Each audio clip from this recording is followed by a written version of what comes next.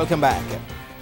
With sports leading the way in putting Jamaica on the international stage and contributing significantly to the economy, there are calls for more money to be spent on the product. But as a TVJ Sports Probe showed earlier this week, the agency mandated to assist sporting bodies does not have enough funds to fulfill the various needs. Karen Madden continues her look at the issue.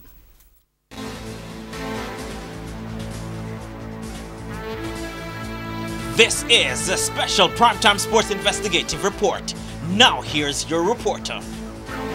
Because you have to keep juggling, if we may use the vernacular, in order to determine what can be done because you're well short. The general manager of the Sports Development Foundation, Denzel Wilkes, encapsulating the state of affairs at the agency, whose mandate includes promoting and encouragement the development, growth of talent and skills and facilities and activities concerning all aspects of sports aimed at uplifting the social and economic well-being and awareness of the youth of Jamaica.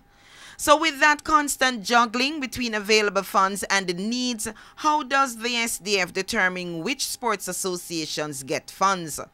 Among the determining factors is the potential for international success and the geographic spread of the sport. That is why, for instance, track and field was able to get $29 million in 2016, an Olympic year, more than the $21 million it requested.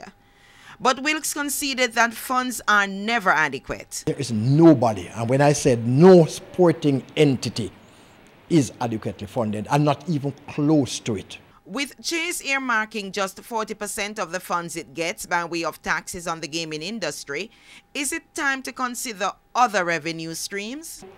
If we were to target taxes from athletes, that could be a possibility. But I think there are other areas that we could look at. We could probably look at even listing the SDF somewhere in the future on the exchange. So there are a number of things that I think we should do the research and explore at this time. Because sport is no big business. We have no fat whatsoever. In fact, we would love if, for example, when it's now being recognized that sports is such a driver of this economy, such a promoter of this economy. I'm going outside of my pay scale now, but the fact is that we contribute significantly, sports that is, to tourism. And so we may have to find a way for tourism to enhance what sports does because it can drive tourism to that extent. 38 national associations received nearly $234 million in grants in 2016 of the almost $583 million they requested, while 4 government agencies received grants totaling $46 million of the $214 million they requested. Karen Madden, TVJ Sports. That was a special Primetime Sports Investigative Report.